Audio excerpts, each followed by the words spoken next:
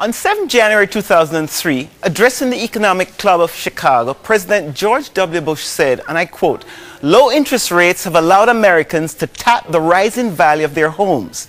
In 2002, refinances added more than $100 billion to American pocketbooks, money that helped renovate homes or pay off debt or cover tuition or purchase other goods." End quote.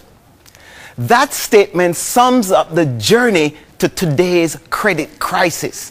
A major Canadian bank's advertising echoes it too. It tells you that you are richer than you think, implying you should borrow against your home's value to buy consumer stuff. A really bad idea. Still, many folks succumb to this enticement and end up deeper in debt. We should discourage, not encourage folks from tapping the rising value of their homes. Your home is not an investment on which you speculate. According to the October 8th Wall Street Journal, nearly 1 in 6 U.S. homeowners owe more on a mortgage than the home is worth. In Canada and the U.S., at about 60% of gross domestic product, consumer spending continues to drive economic growth. Despite savings depletion and unprecedented consumer debt buildup, governments encourage consumers to keep spending, mostly buying stuff they don't need and can't afford. In 1992, Canadians saved about 12% of disposable income. Those savings have evaporated, and Canadians and Americans have been spending more than they earn. Since 1990, Canada's personal debt jumped from 91% to 131% of disposable income.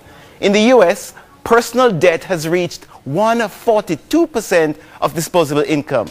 Meantime, governments brag about job creation even when those jobs are unsustainable, coming from bad growth. Yes, folks, bad growth which flows from unsound, unsustainable business models such as those created around subprime lending. Businesses pursuing bad growth will collapse. They are time bombs. Sadly, when these businesses fail, they affect people's lives negatively. And rather than encouraging retraining of affected workers, governments try to keep them afloat, which merely delay the inevitable closures and cause more pain. This is where we are today.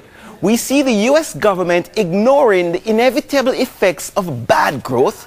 They're pushing consumerism, encouraging consumers to take on more debt while setting a poor example of responsible money problem solving, continuing the same old failed approach of throwing money at perceived problems. Regrettably, governments ad hoc responsive have spread fear, deepening and extending the credit crisis. US and other governments behave as if they don't understand that greed propels Wall Street up and fear drives it down. Thank God for this credit crisis. Thank God for this time out to reflect and see where we went wrong. Pray for wisdom, for God's peace. Cling to Him. Ask Him to show you the way. His way, the only way out. Next time, we look at the subprime effects in Canada. Back to Ron.